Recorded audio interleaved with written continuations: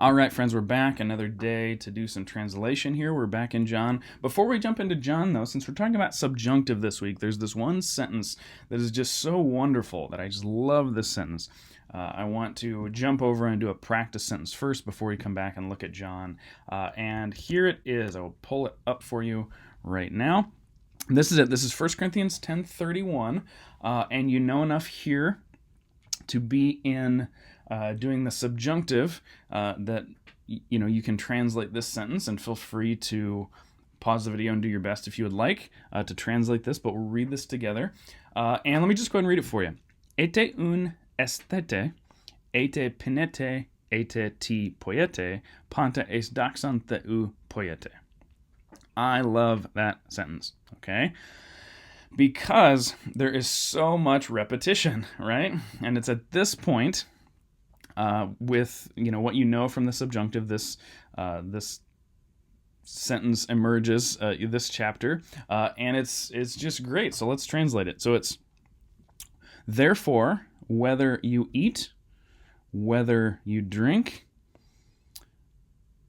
whether what you do, all into the glory of God you do. In other words, we would massage this up and say, whether you eat or drink or whatever you do, do it all for the glory of God, right? So it's a good verse anyway. But then when you see it in Greek, and it's got this like wonderful, repetition where the endings are almost, they're all so similar, and so many of them are the same. Ete unestete, ete penete, ete ti poiete, panta es daxan theu poiete. Like, it just flows, right? So we get to this point in the course. I put this up on the screen, and I read it. Actually, usually I'll pick whoever is the best reader in the class, and I say, hey, could I get you to read this for me? And they read it quickly and beautiful and wonderfully, and it sounds awesome, and everybody laughs, and we translate it together. And then I might give it a try, and then I say, hey, who else? We give some free translation credit here. Just, we're going to pause and get a chance to read an awesome, fun sentence, and others will take their chances to do that as well. And it's just a fun time to kind of pause. But it does show, we as English speakers tend to think that these ancient languages, or the Romance languages or whatever, that they sound really beautiful, that, so many things rhyme. Rhyme is special sounding to the English ear because it doesn't happen nearly as often as in some of these others. Since the ends of these words here are being modified, okay? And this is, talking to second person plural, multiple people, right? It's commanding multiple people. Because of that modification of words, you're just going to get a lot more rhyme, okay? And so for that reason, you get really cool sentences like this, where you get that repetition of those verses, and you get Paul the poet here, which is pretty cool. So anyway, just kind of a fun little diatribe there to see this fun sentence. Maybe worth memorizing. It's like, again, even the meaning of the verse is really good too, right? Whatever you do, eat or drink or whatever you do, do it all for the glory of God. That's a good one to remember, and it's also a really fun one to say, okay? So that is that sentence. Let's go ahead and go back to John.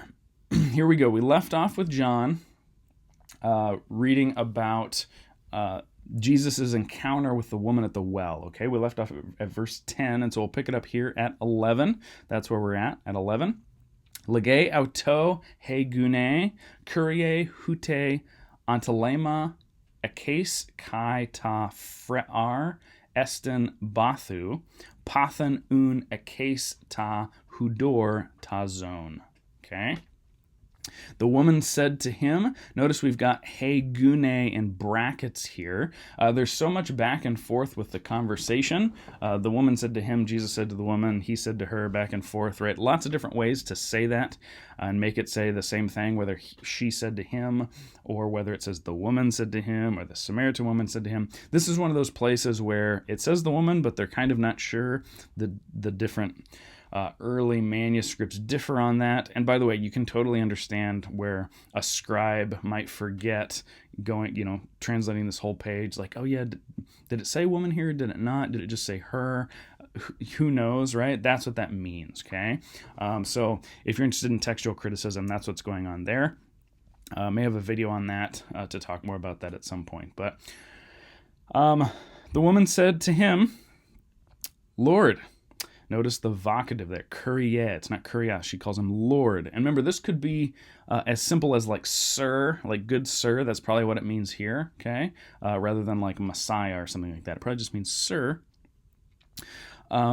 You have nothing to draw with. Like you don't have anything to draw from this well with. And the well is deep. She's being very practical here, right? How, therefore, do you have water of life, or living water, right? By the way, living water for the most part in the first century would be considered moving water, flowing water, okay? Wind blows and water flows, right? That kind of thing. And so living water here, he's going to mean that in a spiritual, metaphorical kind of sense. That's not necessarily what she's thinking now. She thinks he just has access to some sort of a water flow kind of deal, okay? So verse 12, Me su medzon e tu patras Hamon Jacob, has adoken Haman ta frear kai autas, ex autu epain kai huioi autu, kai ta thremata autu, question mark. You are greater with a negative there. Are you not greater, or surely you're not greater than our father Jacob, who gave to us the well, and he from it drank. Okay, see how we did that? He from it, the autu is referring to the well, he from it drank, and his sons, and his thremata, animals, livestock, something like that. This word shows up one time in the New Testament, okay? Thremata. This is the only place. Not worth memorizing, okay? And this is a good lesson. This is the way this will happen sometimes. Remember, we've said before, there are 3,000 words in the New Testament that show up 1, 2, or 3 times, right? They're just so rare, it's not really worth memorizing them as vocabulary words. But if you're translating this sentence and you're translating everything else, let's see, okay, so, Jacob's well is there, and Jacob drank from it, and his sons, and his something. Like, you're going to be able to, kind of circumlocute and figure out sort of what it is. What is it? Could it be his servants? Could it be his horses? Could it be his, his allies? Could it be his animals? You're going to be kind of in the neighborhood, right? And then you can use your tools. Oh yeah, livestock, animals. Okay, sounds good. And then you just keep moving, right? But don't let that bog you down. Don't let that be frustrating to you, because sometimes those words just pop up, right? It's the same way that when you're talking with someone in English, or you're reading something in English and you encounter a word you don't know. You have tools to deal with that, right? You have ways to deal with that. So that's one of those places, and we want to acknowledge it and keep moving. Verse 13, Apekrithe Iesus kai apen aute, pas hapnon ek tu hudatas tutu dipsese pollen. Okay, Jesus answered and said to her, everyone who drinks, notice the participle there, hapinon, everyone who drinks from this water will thirst again. Okay. 14. Has daan pie ek tu hudatas u ego doso auto u me dipsese estan iona. Alata hudor ha doso auto. Genesatai en auto pege hudatas halamanu ace zoane ionion.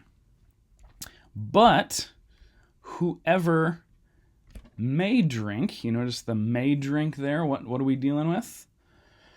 Yeah, that's a subjunctive, right? You notice the lengthening in the iota subscript in this case, right? So Jesus says flatly, whoever drinks from this water will thirst again. But whoever may drink from the water, which I will give to him or to her, okay? That's what we're looking at here, right? So he's changing this into a conditional on the second side, right? the realm of possibility when he changes to subjunctive. But whoever may drink from the water which I will give to him surely will not thirst in the age or forever. But the water which I will give to him will be in him a well of water springing up or welling up into eternal life. Okay, so notice he's kind of gone spiritual in the metaphor in that sense. Okay, some similarities to his conversations with Nicodemus the chapter before. Verse 15. Lege pros auton he gune curie das moi tuta ta hudor hina me dipso mede di erkomai and thade antalain. Right? The woman said to him, Lord, once again, vocative, the form of address. Sir, Lord, give to me this water in order that I may not thirst, I may not get thirsty, nor come here to draw. Like, that would be great. That would save me so much time if I had this magical water where I never got thirsty again. That would really save some time. Okay. Let's maybe do one more. Verse 16. Lege aute hupage phoneson tan andra su kai elthe and thade. He said to her, go call your husband and come back here. And obviously that's going to open the conversation up more, right? We're going to see kind of how that opens things up. But let's go ahead and leave it there, ending at 16. Lots of good stuff. We'll keep going next time. Keep translating, friends. Keep struggling through. Keep getting those little wins when you recognize things and the puzzle pieces fall into place. That's what we want to do. That's the fun part, is putting boots to the ground and wading through this and translating it. And it gets easier. It gets better. It's like anything else. We just it's like playing the guitar or playing an instrument or learning something new. You just got to practice a lot. Okay? So we'll see you next time. God bless.